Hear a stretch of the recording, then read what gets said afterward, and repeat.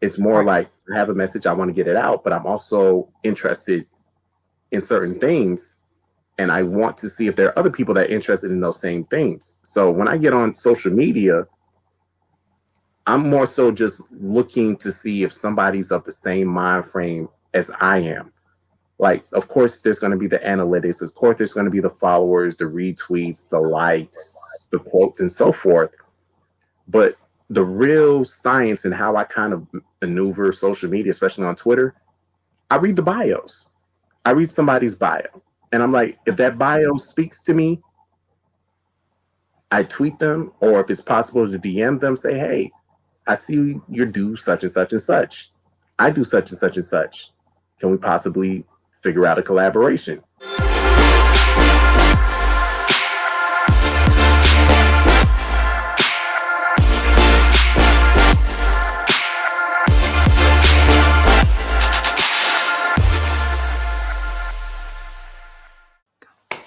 Hey, hey, hey, Entre Leaders. Happy Wednesday and welcome to the 22nd episode of the Leaders Lab podcast.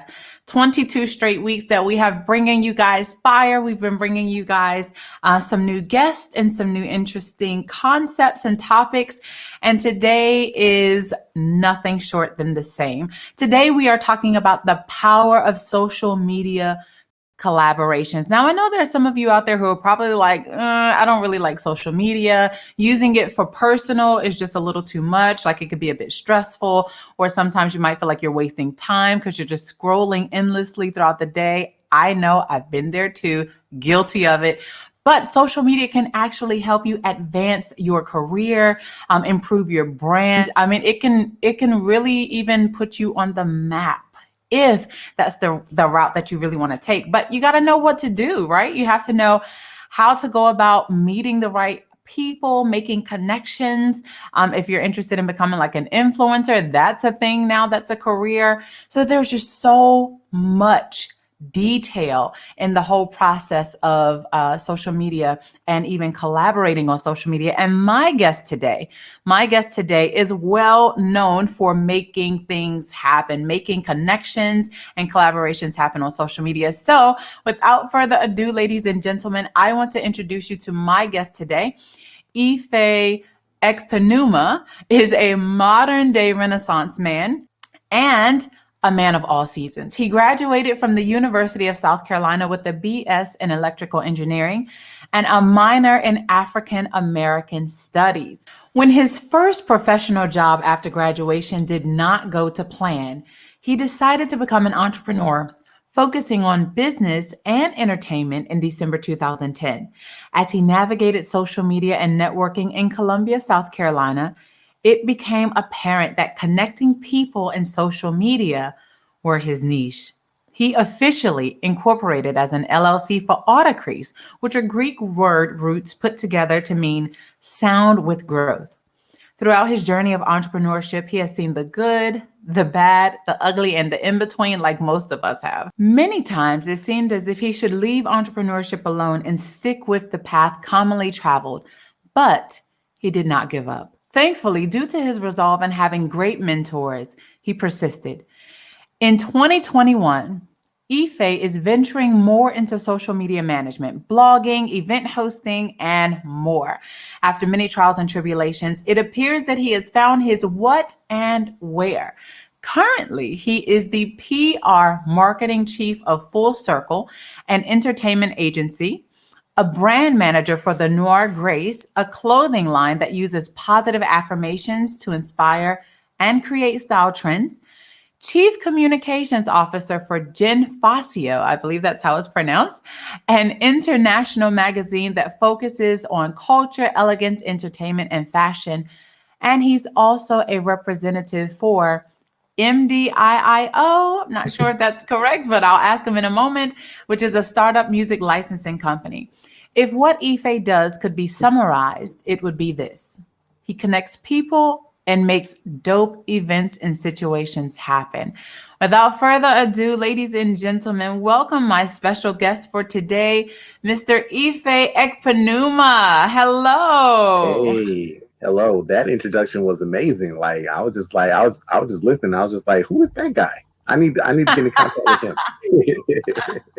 Yes, a Absolutely. very, very impressive resume and story. So, how did you get started in all of these things? You are definitely the epitome of a multi-passionate entrepreneur, or what we call a Mhm. multi-hyphenate as well. So, Yeah. first, now I am going to ask you this question. Where are you from originally? Because we had a conversation prior to this where you were telling me about your Mm. background. So, let's tell Yeah. my audience originally, like, about your background. Okay, so I'm 100% Nigerian. Both of my parents are Nigerian. I was actually born in Nigeria. I moved to the United States when I was a year old. I've Wow. lived in Minnesota. I've lived in Texas, Lubbock, Texas. Shout out to Texas Tech, the Red Raiders. My dad got his PhD from there. Then he did his postdoc in Arlington, Texas, University of Texas, Arlington. So me and my family were there for a year. Then once he finishes postdoc, because pretty much the path of where I've lived is pretty much my dad's profession. So Okay. after that, my dad got a professorship at Claflin College at the time, which is now Claflin University. So Okay. moved to Orangeburg, South Carolina. That's my de facto hometown. Then when I was deciding to go to college, I actually decided to go to Clemson University. Shout out Okay. to the Clemson Tigers. Went there for 2 years.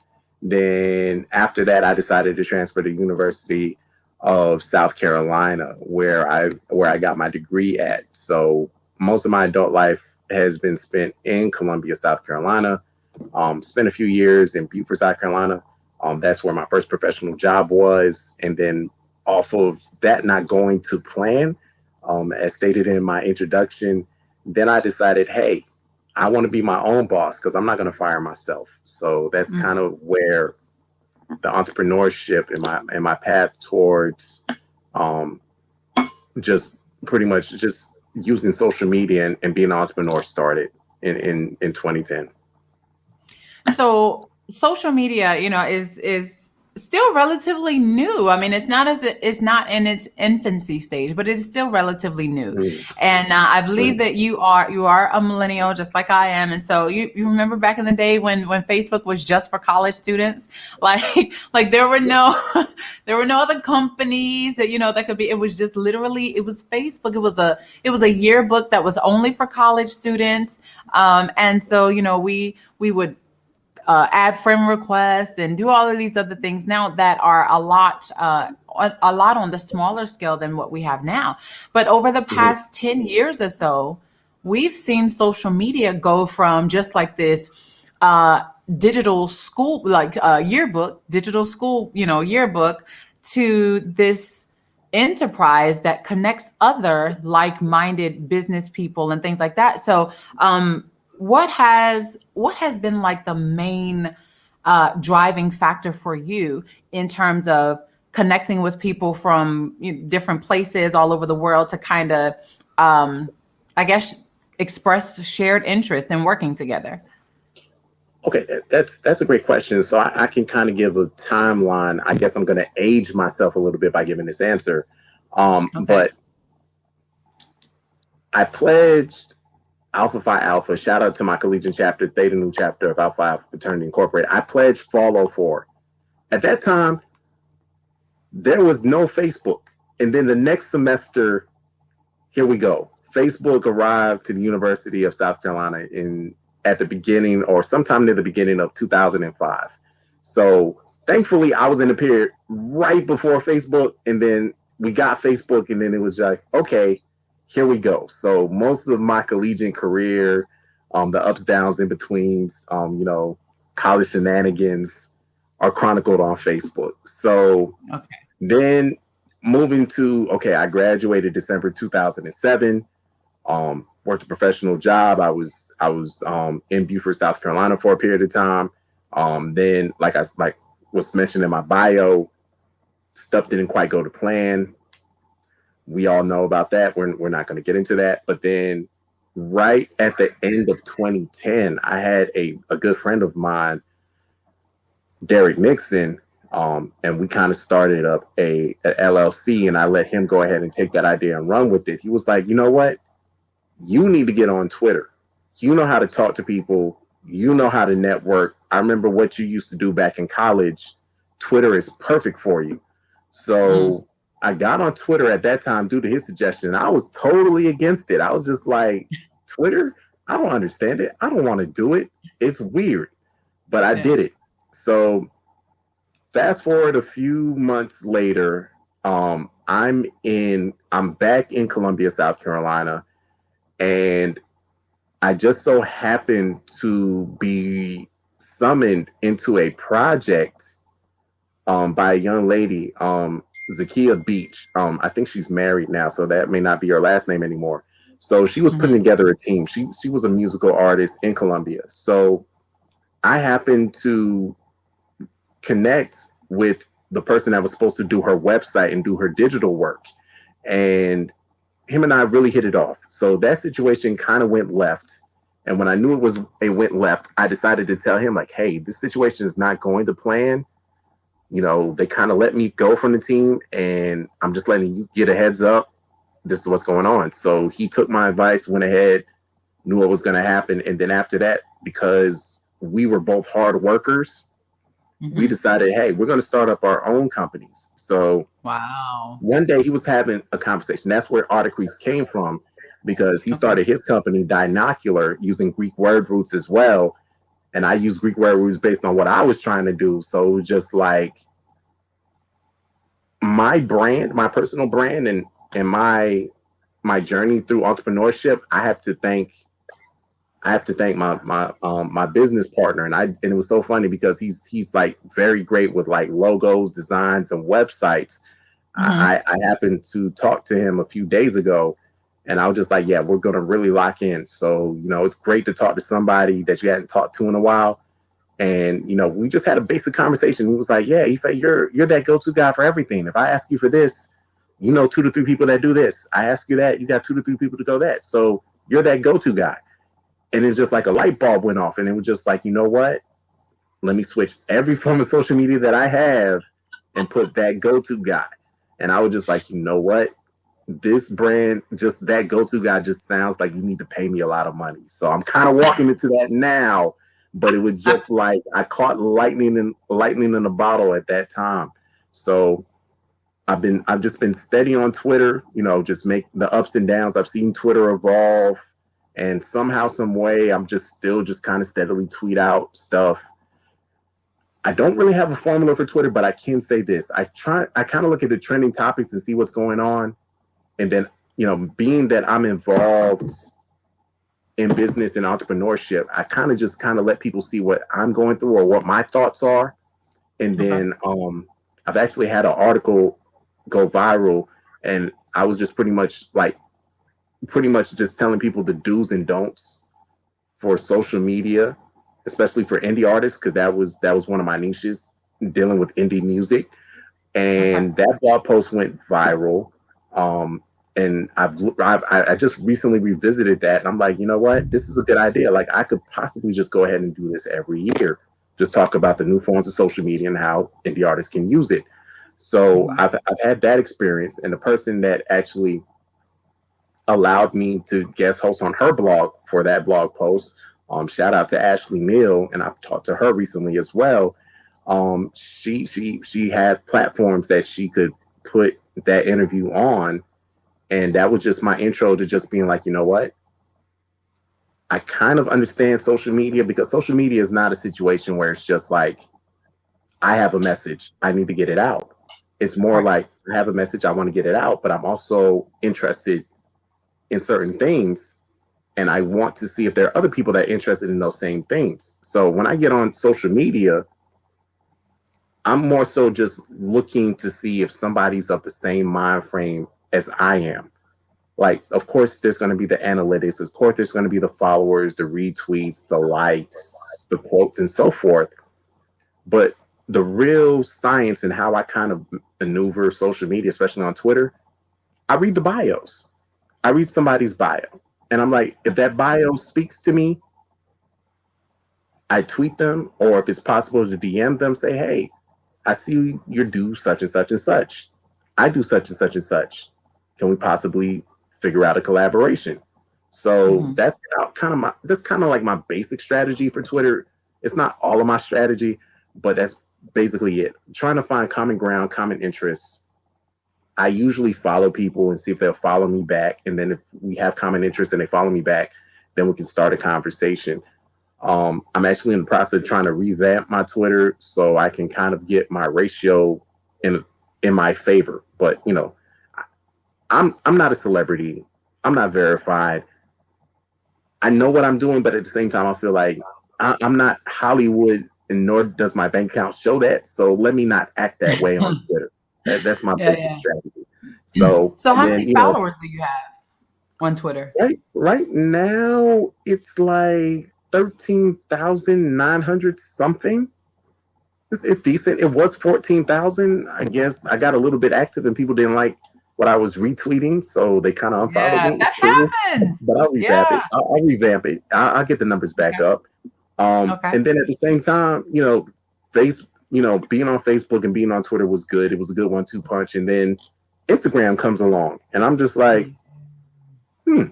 Instagram, interesting. So I was at the forefront of Instagram, not saying I was one of the major influencers, but when Instagram came along, I just signed up for it and Yeah. kind of had to figure out, okay, how does Instagram work? How does this grid work? And with Instagram, it's just more so you want to share with people, but you don't. I don't want to be stream of conscience when I'm on social media, meaning that I'm giving people a play by play of everything I'm going on during the day. I want to tune into what I'm thinking, what I appreciate, what I'm interested in, and then Hmm. share that with people, and then show people, hey, here are people in my network that are doing amazing things, and I have access to them. So let me share with you what they got going on, and then if you're interested in what I have going on, then we can see about something. So I just use Instagram more so as a launching board to get a bigger audience and to get people excited. Like I'm actually in the process of really trying to figure out how to make my Twitter and my Instagram responsive, more responsive. So like one of the things I'm actually taking upon myself this year to do is to look to see if I can do social media management. Because if I learn these principles or come a hold of a platform that allows me to be able to like schedule my post or be able to write content and captions for other people, that's a service and a business in itself. Because indirectly, even though I have a science and math background, I've always been interested in literature. I've always been interested in the arts. And one of the biggest things about me is I don't feel the need that, oh, because I have a degree, I need to stick in that field. Because I feel like my passion is going to lead me towards the path that incorporate my technical and formal training with what I really Hmm. enjoy doing. And even me having a background as an engineer, it helps me because when I step into a situation, I am looking at the situation as a whole, Hmm. as a system, being an engineer. How do we keep the system running? How do we build the system up? Like how do we build a team around a movement or a person or a thing?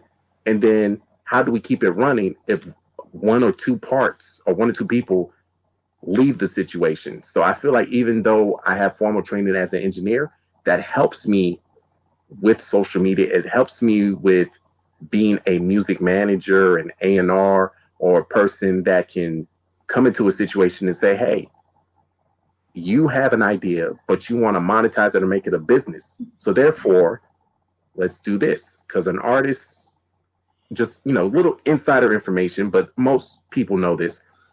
If you're an artist and you really are successful, you need 3 managers. You need a personal manager that believed in you when nobody else would and can vouch for you. You need a business manager that's looking for partnerships, sponsorships, and business situations that make sense for your brand based off of what you present as an artist. And then you need a booking manager. A booking manager is one that's going to get you performances and gigs and paid performances based off of your music and where you're based at. So I tell artists, you're really not successful until you can afford to have three managers, and those three managers can work in unison for your brand. So pretty much I'm incorporating what I've learned in college and my experiences in college with what I'm passionate about. And I tell any entrepreneur, especially music managers, and I'm hoping to write an ebook sometime in the near future for up and coming music managers, because I want them to learn from my experience and not go through 10 plus years of bumping your head against a brick wall, figuratively, of course. Mm-hmm. I feel that it's important to be involved in music, but something different than music management. So you can build up your reputation in that and build up that niche. So in case there's a period of time where you're not managing anyone in particular, you still have business going and you're still feeding your passion until the right situation or the right person comes along. Okay. Thank you for that very in-depth response. So you mentioned getting into posting more and being able to schedule posts. There are several platforms that are already out there where you can do this. Social Pilot is one. I used to use it before, but it wasn't as conclusive as I needed it to be. I used Hootsuite for some time. And then I started using Later, app.later.com. Then I started checking out Planoly, but then recently I started using Content Studio. So I actually use between Later and Content Studio, and you can even start scheduling things out for YouTube as well with these. So I mean, there's several platforms that are out there where you can be able to do that, and it's all about time management. It's about time management, but that's going to be another podcast episode that we can do at another time about how to be more efficient with your social media planning and just being able to reach out. But for this one, specifically talking about collaborations and specifically talking about networking on social media, what can Twitter teach you about, or teach us, because you've been, and I've had Twitter for a very long time, used it for a while, and then I stopped when I came to China. I stopped using almost all of my social media because here in China, a lot of these applications are blocked unless you use a special third-party application. And so that's why I stopped doing my live streams. That's why I stopped doing just about everything. So things that you can access easily in other countries, you cannot do that here in China, just depending on the relationship between China and that country. But not talking about politics. So those things, I just stopped, and it was an easy for me to let my connections that I made on like Periscope and Instagram and Facebook, it's very easy for me to let those just slide and go away. And I instantly regretted it once I realized that the connections that you make online, the connections that you make on social media, they are so valuable. And if you don't see them as such, sometimes the connections that we make on social media end up being more valuable than the connections that we make in real life. And I know that for some of my old heads that are listening, they're like, no, face to face is always it, in person is best. But I'm just saying from personal experience that some of the connections and the friendships that I have made on social media, people I have never met a day in my life, they carry more value and they are more enriching than some of the relationships or friendships that I've had for years. So what has Twitter taught you about collaborating on social media or making those types of connections? And I'll probably be jumping in to ask you more questions back and forth, but I just want to know, like, what do you think about that? Twitter, I think it's a platform where you just have to authentically be yourself. The good, the bad, the ugly.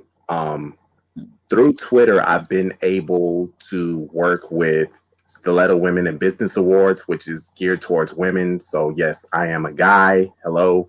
But still, I attended that before. I've been a part of that. 𝗖𝗟𝗘𝗖𝗞. Wow, small world, small Yeah. world. We're definitely gonna have to talk about that offline. But yeah, I was able to be involved with Stiletto Women in Business Awards. And one thing I said when I was able to actually take the stage, and I'm seeing all of these women business owners and entrepreneurs way more successful than me. I ain't got no website. I'm just a guy that just really believes in myself. I said, women make the best entrepreneurs. And when I said that in front of a room full of women, a lot of them were just like, who is this guy? You know, this is for us. What is he doing here? But when I said that, clear as day, they stood up and paid attention. They were just like, now we need to listen to what he has to say. And me just even being involved with that was through Twitter. Once again, I have to shout out Ashley Neal. At the time, her Twitter handle was Small Biz Atlanta. She was posting all type of great articles about business people in Atlanta, entrepreneurs in Atlanta. So every morning I would just see what she had tweeted, checking her website out and so forth. So she saw my constant support and interest in what she had going on, because me being one of my niches being the music industry, you got to know about Atlanta, what's going on in Atlanta, especially the music scene. So it only makes sense to pay attention to Atlanta. I'm in Columbia, South Carolina, which is like 3.5 or 4 hours away from Atlanta. So if something's going on in Atlanta that I can drive down there and network, of course, I'm going to do that.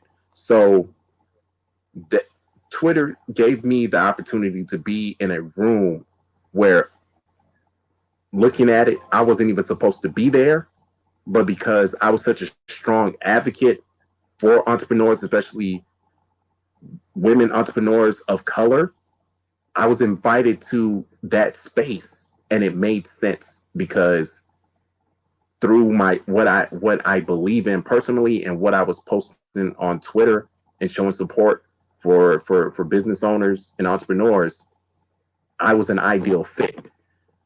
On the outside looking in, it wouldn't have made sense. But when I got there and did what I did, and I networked and I was talking to people and inspiring people, they were like, yes, you definitely are a part of this and you need to be here. So that was just one example of how Twitter worked for me. And then another example of Twitter working for me was just me being able to find talent in my own city through just asking, like, who's the best producer or who has the best sound in Columbia, South Carolina. And it just so happened that a friend of mine who went to the University of South Carolina with me, who was also in electrical engineering, shout out to Enoch, he was like, yeah, I know this guy, and his name is such and such. Here's his social media handle. Okay. Followed immediately, tweeted that person, met with him and his family the same day, later on in the day. And, shout out to the real Bowtie spelled BOWTYE. And he's actually gotten a couple of like major placements and whatnot. He's the next Pharrell in my opinion, and he's here in South Carolina, and I have his cell phone number, and we've been friends, familiar with business partner. Yeah. His sound is phenomenal. Definitely check out Losing Someone Different. It's on his SoundCloud. I keep telling him he needs to put it to Apple Music and so forth and so on, because it's definitely the sound of the spring and summer. That project is slightly under 6 minutes, but in fact, I had a friend of mine that used one of his songs in a fashion show in Atlanta, and his project is like 7 years old, but it's still gold. But getting back to the point, I would have never met Bowtie if it wasn't for Twitter, and that was just me just trying to find out who's the best in my city. So I feel like with these social media platforms, just be yourself, ask questions, be goofy. You know what I'm saying? Be passionate about what you're passionate about, but still at the same time, be respectful of people having a different opinion than you. Because I know I've had a couple of times people tweet me something crazy or something inflammatory, and I'm just like, you know what? I respect your opinion. You have a right to believe what you believe in. This is not a place where I'm going to go to war against you or have a long argument, go for tat with you. You have your viewpoint. I appreciate you for even tweeting me with that viewpoint. You have a great day. So I kind of diffused the situation because I'm sorry, my social media is too valuable. I'm not getting kicked off of a social media platform because I'm going tit for tat with somebody. Yeah. You're mad at me? Be mad. I'm happy. So can That's not it. using social media for collaborations cost you? Can not using social media for collaborations cost you? Like in the long run, like if you're the type of person where you're like, I don't really, I don't really want to network with people in person nor online. Like I got this. I can kind of go after my dreams or my goals myself, or I don't need that, other type of connections. Could be because of, differences or uh, the fear of having like altercations because of differences or whatever, what have you. But can not using social media for collaborations cost you? And if so, what ways do you think? In what ways? That's a great question. The way the world is working now, people are looking for businesses' social media to see what that business has in store or what that business is doing currently. That's just the way of the world. Like people's parents and grandparents are on Facebook. Like Yeah. social media is not going anywhere. So being that if somebody is running a business or being an entrepreneur, everybody is not the same personality type. Like I'm an extrovert. I like to talk to people. You drop me in a room, let me know the topic. Let me know the people that are there. I may not know anybody in the room, but give Hmm. me 30 minutes to an hour and some business cards.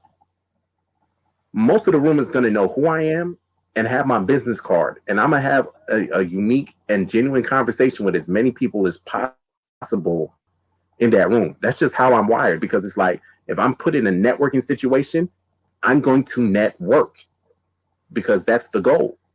Maybe Hmm. that person that I talk to isn't going to be my business partner, but they may be able to pass off my information to somebody that needs my services or somebody that I need to network with. So instead of just staying to myself and wondering, how do I talk to people? I will just be awkward, but you're going to remember that I talked to you. So my thing is just like, and this is one of my favorite sayings. I don't know if someone said this before me, but it's like one of my favorite sayings. It is it is better to have tried than to wonder what if.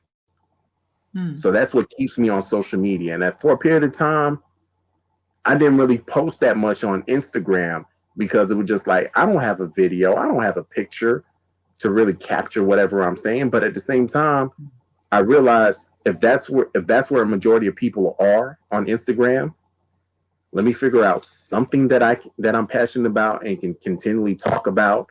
And then just recently I realized like, hey, I don't want my personal page that go to guy on Instagram to look like a certified promo page. So like every other day or so, I'll do a row of pictures, a row of three, and they'll actually see my face. They'll see me doing something. It might be a throwback from when I was in college or a throwback from a few years ago, but it's like, okay, this is the guy behind that page. You see him. You can you can laugh at me, you can make comments. I usually at least like it and respond back in due time. But that's the joy of social media where you can actually post something and somebody on the other side of the world can say, you know what, I like that. And they can reach out to you because you never know who's looking on social media. So my thing is, I understand that some people are very business oriented. They're not really people persons. They're just worrying about the systems. They're worrying about their budgets, what's coming in, what's going out. But at the same time, in order to make sure that you're capturing an audience or capturing the next potential client, you need to have some form of social media strategy. And even if you're not the person behind the social media yourself, find somebody that can do it for you that can represent the ideals and goals of your business. That's what I suggest because I understand not every business person is meant to handle social media because social media is a multi-billion-dollar industry now in itself.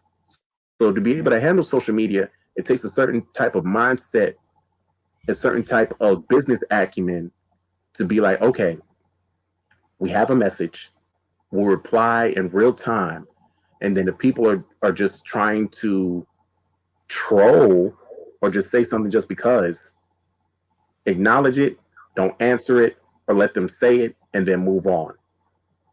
Because at the end of the day, it's all about the energy. If someone's giving you negative energy and you know you put out positive energy, it's your choice. You can respond, kill them with kindness, or you can ignore them. And usually ignoring them hurts them worse than even responding because they want a response. But if they hit you with something that's crazy and you don't even respond, they're sitting there like, I thought they were going to respond to me. No, because that's not on brand. That's not good for my brand to even respond to you. You responded, you wanted to say something. Yeah, it's out there. You said it. It doesn't matter.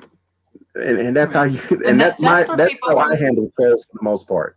I don't respond. I feel like that's for people who use social media as a consumer. How do I feel use like it that's for people. No, I said that's for people who do use social media as a consumer and not as a producer.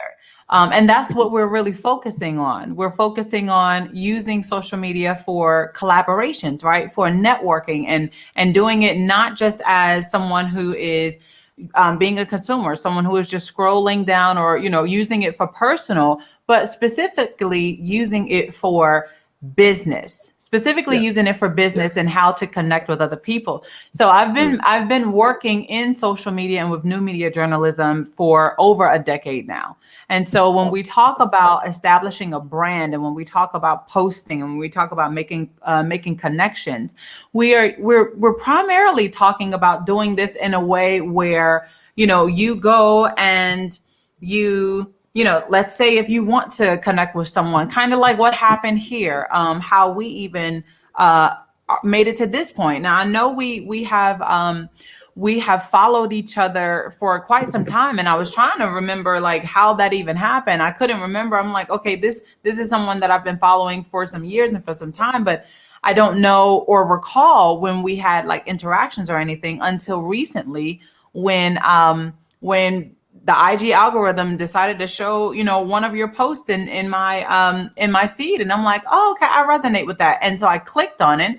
And then next thing I know, there were more. Like I started getting more notifications about, you posting in your feed. And that's what happens with any algorithm. Once you pay attention to one piece of content from someone and you like it, the algorithm says, hey, we should show some more from this person to see if they will continue to like it. And so when you skip over that content and you don't like it, then the algorithm says, oh, okay, they don't like it, so let's show them something else. And so that's how I was able to see more content from you. And then I went to your page and I said, oh, okay, wow. I saw your bio, and your bio had all of the different brands that you're a part of. And I'm like, he is a multi-passionate entrepreneur. Let's reach out to him and see if he would be interested in being a guest on the show.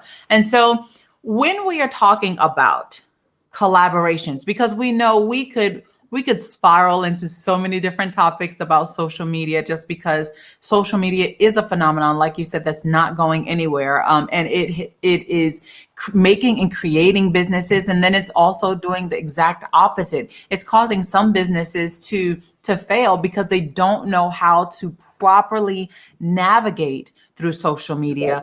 And, they're losing people, they're losing potential customers. And so one of the things that I started this year was collaborating. I never intended for the Leaders Lab podcast to be a show where I had like, a co-host or anything like that. But because of my background and my experience in interviewing people, I always knew that I would have hosts, different guests that would come on, that I would ask them questions. And so I've been finding people through social media. I found some through Chinese social media platforms. I have found some people through Instagram. One of my recent interviews that I did with the Ambition Planner. You guys can go back and watch those episodes. And for those of you who have bought the planners from Ambition Planner using DrCharityTV code, thank you for that. I'm sure that you are blessing her business. But she's just amazing. She's also a multi-hyphenate. She's a multi-passionate entrepreneur.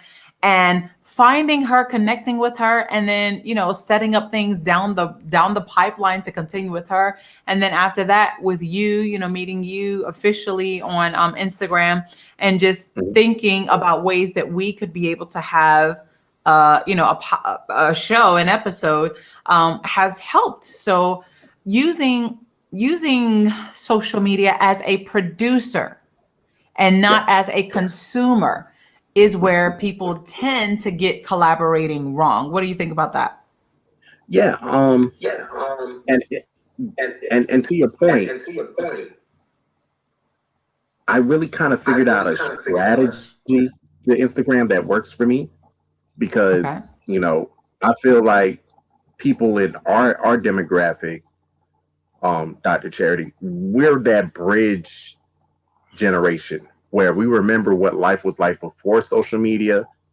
We were usually at the forefront when the social media first came to be, and Yeah. now we're using social media. So we're the bridge between the old school, where it's just like they don't deal with social media, or they may just have a Facebook because Facebook is readily available and easy to use for everybody.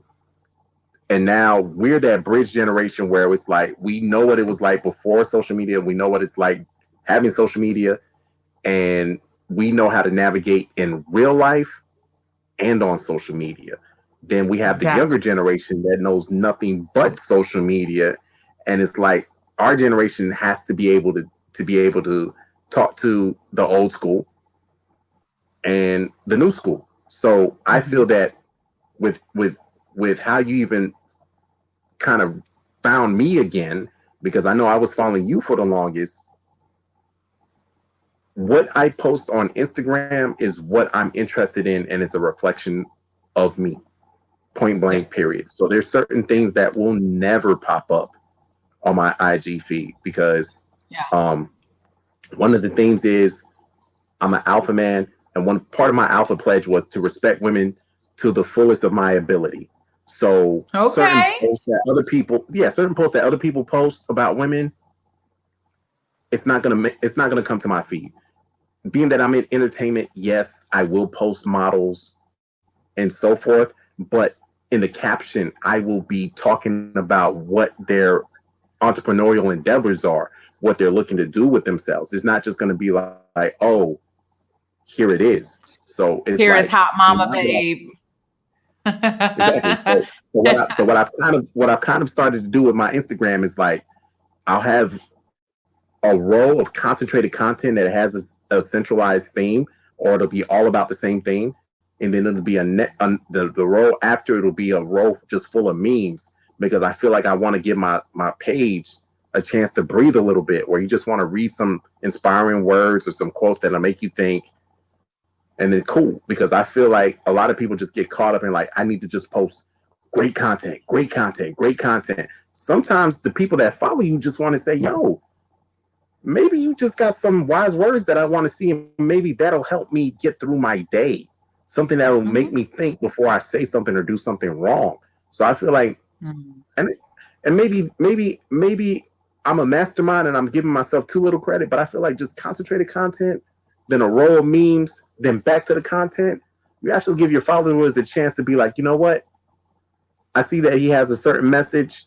Then he's giving me some memes, and then a lot of people, and I do this sometimes, but I try to give people credit if I see the meme on their page. A lot of people will just take your Still. post, especially a meme, and put it in their IG story. They won't give you credit. But if you notice Mhm. that when you look at your posts, especially the day of, you can actually see who's reshared your post Yeah. in their IG story. So you can kind of follow who actually resonates with your message. And then that's a chance to actually like DM them and say, yo, thank you for posting my post. And then that's another Mhm. opportunity to actually like read their bio, Connect. like I do Yep. on Twitter. I read the bios on Instagram and say, you know what? Mhm. You and I have a similar niche, or we know we have a lot of similar followers. Let's have a conversation. You know what I'm saying? Because Mhm. one of the biggest things, and this is for all entrepreneurs, whether you use social media or not, you have to ask people, how can we mutually benefit each other? So you can eliminate people that just want to ride your wave or people that just want to take advantage that you know what you're doing and you have a kind heart. Like I tell any entrepreneur that has good energy and great ideas, protect your energy, protect your intellectual property, because everybody that you encounter is not your advocate, is not your fan, is not your collaborator.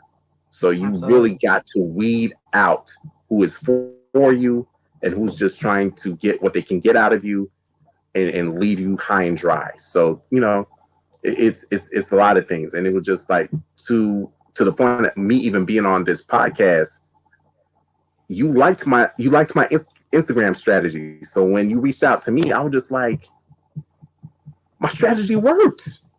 It worked. You know what I'm saying? Like I was just really trying to just be myself through my social media. But the conversations that we've had ever since you were like, okay, I want you to be a guest on my podcast and so forth. It's just validation for me that I'm going in the right direction. And I'm just hoping that I don't stop. Very good. Very good. All right, ladies and gentlemen, this is That Go-To Guy, and you can find him on, you can find him on Twitter and Instagram, That Go-To Guy.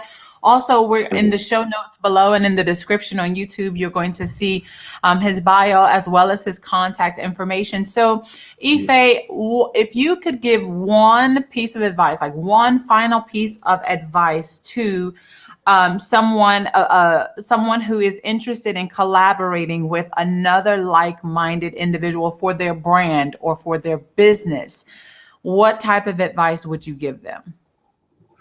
First of all, know yourself, know your brand, know where you're going. And then after you know those things, when you're looking for possible collaborators and people to work with, see if they align with what you have going on. A lot of people say hustle, hustle, hustle, hustle, hustle, hustle, hustle. No sleep, no sleep, no sleep, no sleep. No, let's slow that down. Let's have alignment over hustle. Do the people that you're reaching out to and looking to collaborate, do their ideals align with you? And one of my biggest things, especially in entertainment, especially in music, and I tell people this all the time, when I'm looking to work with somebody, either as a consultant or possibly managing them, I tell people all the time, if I cannot see myself having a conversation with you or just having fun with you outside of dealing with business, because we don't have camaraderie or similar goals or morals, I'm more than likely not going to work with you. And it's okay to know that certain people or certain situations are not for you, because I think it's important, especially as entrepreneurs, not to just chase an opportunity or chase a check, but to be as authentic as possible, because the long game is going to keep you going as opposed to just going for a money grab. And then you're in a situation where the person is not who they said they were, or that person puts you in a bad situation, but they have a lot of money. And then now you got to spend money paying PR to rebrand yourself or try to clear out from people's minds the situation you put yourself into. So I think alignment is what entrepreneurs need to think about.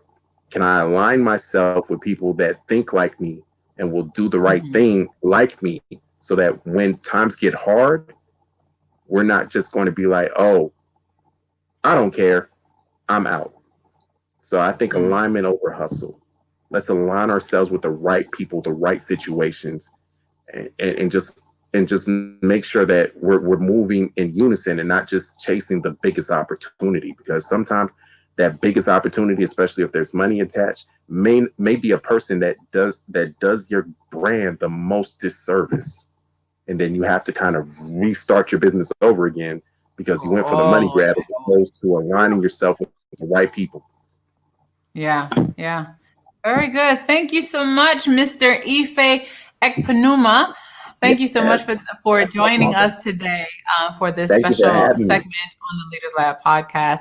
Listen, you can subscribe to the Leaders Lab podcast, download today's episode, rate, comment, and share so that we can reach millennial entre leaders all across the globe. You can find us on Apple Podcasts, Google Podcasts, Spotify, youtube.com/DrCharityTV, and as well as DrCharityTV.com. You can follow me on Instagram at www.instagram.com/DrCharityTV. Same with Twitter. All of them, everything is Dr. Charity TV except for my Facebook page, Dr. Charity TV page. And Ife, how can the people connect with you on social media? Okay, well, there is that go-to guy on Instagram and Twitter. There is that go-to guy page. I know the personal pages, I mean the public figure pages on Facebook are kind of weird. But if you go to my personal page, which is Ife Ekpenuma, that's what I go by. On Facebook, you'll be able to find my public figure page. Then I just started a TikTok. I don't know how I started a TikTok. I started a TikTok on Sunday. Why did you? I have no videos yet. I have no videos yet. That TikTok You is jumped on the TikTok bandwagon? I don't know what I'm gonna do yet. I don't know what I'm gonna do yet. You know what I'm saying? That's what the young bucks are asking for. I gave it to them. I'm on TikTok. You up there with them young bucks. I'm on TikTok now. I am that go-to guy. I've also got a LinkedIn profile. If you Google, if you search for Ife Ekpenuma on LinkedIn, I pop up as well. So you know, I'm out here, and if people really want to reach out to me, I do have a business number that's attached to my Instagram. Shoot me a text, and you know, let's move forward. And before this show is over, I do have a few quick shout out to my business partner Ramel of My Circle is Full on Instagram and Twitter. We got some big things coming up. That's My Circle is Full is a entertainment agency based in the Carolinas. Shout out to my other business partner, 𝗖𝗟𝗖𝗞. He is actually the visionary behind the 𝗥𝗘𝗔𝗗 Co. You can find the 𝗥𝗘𝗔𝗗 Co posts sprinkled on my Instagram, but it's also in my bio. Basically just looking at love from a Black man's perspective, and I think that's very important. I have to bring you back. We want to bring the love back. We really want to bring the love back. If you look at the 𝗥𝗘𝗔𝗗 Co. CO, everything's spelled correctly all together. If you look at our Instagram page, we're really celebrating Black love through film and media, and then we're reaching out to folks and saying, hey, tell us your personal experience about love. Like, why did you decide that this woman was the one for you, and so forth and so on? Because I feel that all too often we get so romanticized about how love is supposed to be or look because of what we have been exposed to or see in media. But we have to be realistic. Your woman's not gonna wake up like Beyonce. She ain't woke up like this. You know what I'm saying? And sometimes, you're not gonna be so romantically inclined to look at your mate and say, yo, I'm in love with you. Sometimes you're gonna be like, we chose each other? Like, I'm mad at you right now. So it's just like, and I guess I'm going into the bonus segment. My thing is, the brands that I represent, the brands that are in my bio, they're a part of my life. I embody those brands. The people that are behind those brands, they're my personal friends. I consider them family. So anybody that's on social media and you're looking to be a brand ambassador, look for brands that can normally be a part of your life, where you don't have to do something extra or be somebody else to be a brand ambassador. Any brand ambassadorship I'm looking to be a part of, I already have what they want. So when I finally get that brand ambassadorship, it's nothing but up, because I already embody what that brand is. So that's just, a little extra segment for those people that are looking to be brand ambassadors. Go for what is genuine. Go for what's authentically you. Don't reach outside of yourself. Listen, the 𝗥𝗘𝗔𝗗 Co. one, that was one of the ones that I really I looked at, and I went and I started like digging deeper to look at that brand, because it shows the content is amazing. I don't know how he finds time to put that content together, but he does. Yeah, the profile shows it's like a positive representation of love from a Black male's perspective. Hmm. And when we are living in a time where you don't necessarily see that, and it was just really refreshing. And I loved it. The thing that I loved about that profile was the way he spelled for the lover. It was Yes. LOVEHER for the lover. And I was like, wow, that's Yes. really, I like that. That was, genuine and also innovative. And so it caught my Right. attention. The content is very, very refreshing. So I definitely would, recommend people go check that out. I mean, Yeah. and it's And and maybe it's if from a possible, Black because male's perspective, for yes. a man and a woman. That was the thing that Mhm. really stuck out to me. Yeah, like I said, Theo, my bro, and in fact, he used to be a music producer, and he's actually getting into creative writing and film. So, him being my bro and supporting me when we were doing the music thing, and now that he's embarking on a new chapter in his creative journey, he was like, "Hey, Ife, you've had my back. I'm doing this. Let's go." And I was just like, "This makes sense. Let's go." So, maybe further down the line, maybe I can get Theo up on your podcast and so forth, because he's a very interesting guy. And, I'm all about, Black Greeks being unified. I'm an alpha, he's a kappa. We do Black Greek jokes here and there, but when it comes time to the business, we are handling business. So I really hope he hears this episode of me giving him that extended shout out because I Yeah. really feel like he's Yeah. one of the dopest. And he's actually opened my mind up to be able to say, you know what, even though I've been involved in music and I'm an engineer, I want to write stories and I want to give people an insight or something to be excited about, just beyond giving them, new artists or music to listen to. Let's actually build a new reality that people can be like, you know what, I really vibe with that, or that's really realistic. And one of the underlying goals with the Look of Love Code is to spark and foster healthy discussions about relationships.